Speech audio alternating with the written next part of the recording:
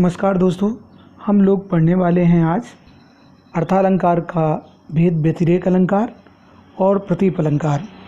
इन दोनों को इसलिए यहाँ पर पढ़ने की कोशिश करेंगे ताकि ये स्पष्ट हो जाए, क्योंकि इनमें जो अंतर है वो बहुत करीब का है, बहुत नज़दीक का है।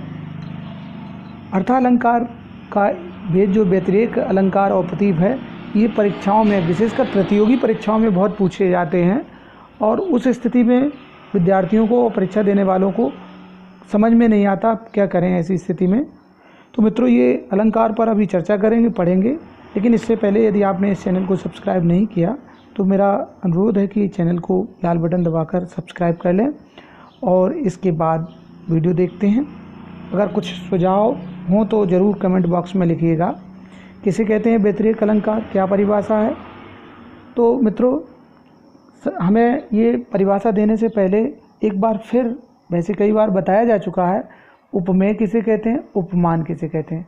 उपमेय अर्थात जिसकी तुलना की जा रही है और उपमान जिससे की जा रही है। तो उपमान जो है वो सार्वभौमिक है और उपमेय सामान्य है, लेकिन व्यतिरेक अलंकार में ये थोड़ा अलग हो जाता है। व्यतिरेक का संधि विच्छेद होता है बी धन अतिरेक, अर्थात विशेष आधिक्य। तो काव्य में जहाँ पर उपमेय को उपमान से अधिक बढ़ाकर बताया जाए तो वहाँ पर व्यतिरेक अलंकार होता है। काव्य में जहाँ पर उपमेय को उपमान से अधिक बढ़ाकर बताया जाए तो वहाँ पर व्यतिरेक अलंकार होता है। संधि विच्छेद हम बता चुके हैं, बी धन अतिरेक बराबर विशेष आधिक्य, अर्थात जो महान है उससे भी महान उसे बता दिया जाता है जिसकी तुलना की जा रही है। तो इसका उदाहरण देख लें व्यतिरेक का, कि जिनके यश प्रताप के आगे, राजा की प्रशंसा में कवि कहता है कि जिनके यश प्रताप के आगे कौन कौन कमज़ोर हैं, मतलब जो सार्वभौमिक हैं, जो हमेशा से हैं। कौन? शशि मलिन रवि शीतल लागे। शशि मतलब होता है चंद्रमा, मलिन, चंद्रमा का प्रकाश भी धूमिल लग रहा है, मतलब प्रकाशमान नहीं लग रहा है, इतना यश है उस राजा का। और रवि शीतल लागे, रवि सूर्य किसके लिए प्रसिद्ध है? अपनी उष्णता के लिए, अपने तेज के लिए, लेकिन उस राजा के प्रताप और बहादुरी के सामने सूर्य भी शीतल प्रतीत होता है। अर्थात यहाँ पर उपमान है, वो क्या है? शशि और सूर्य हैं, लेकिन इससे भी ज़्यादा प्रतापी और स्वच्छ किसे बता दिया गया? राजा को। राजा को यशवान बता दिया गया, चंद्रमा से ज़्यादा यश मतलब स्वच्छ, और सूर्य से ज़्यादा प्रतापी बता दिया गया है, अर्थात उष्ण बता दिया गया है। साधु ऊंचे शैल सम किंतु प्रकृति सुकुमार। साधु बहुत ऊंचे हैं, पहाड़ के समान है, पहाड़ के समान है साधु, लेकिन उनकी जो प्रकृति है, उनकी आदत है, वो बहुत ही दयालुतापूर्ण है।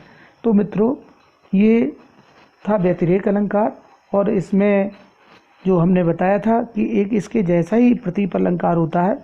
प्रतीक और व्यतिरेक का अंतर पूछ दिया जाता है। तो प्रतीप अलंकार को पहले जान लें। उपमेय के सामने उपमान का तिरस्कार किया जाए तो प्रतीप अलंकार।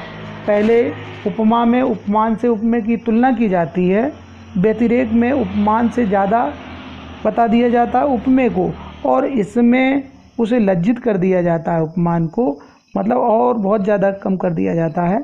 तो प्रतीप का कहेंगे उपमेय के सामने उपमान का तिरस्कार कर दिया जाए तो वह अलंकार प्रतीप अलंकार होता है। इस अलंकार को समझने की बहुत आवश्यकता है कि उपमेय के सामने उपमान का तिरस्कार किया जाए तो प्रतीप अलंकार होता है। उदाहरण के लिए, सखी मयंक तब मुख सम सुंदर।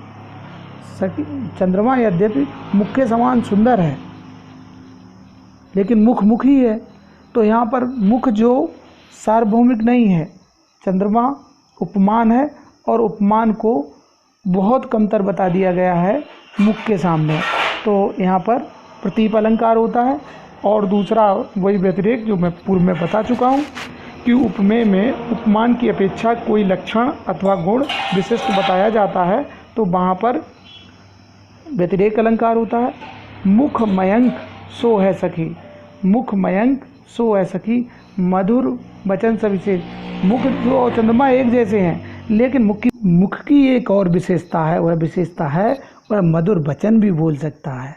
तो मित्रों, ये था प्रतीप अलंकार और व्यतिरेक अलंकार में अंतर। आपने व्यतिरेक अलंकार की परिभाषा, उदाहरण और प्रतीप अलंकार के बारे में और उसका उदाहरण देखा। आपको यदि अच्छा लगे तो कृपया लाइक भी कर दें और सुझाव लिखें। यदि चैनल सब्सक्राइब नहीं किया हो तो चैनल को सब्सक्राइब ज़रूर करिएगा। मैं ऐसे वीडियो लाता रहूँगा। आपके प्रोत्साहन से वीडियो देखने के लिए बहुत बहुत धन्यवाद।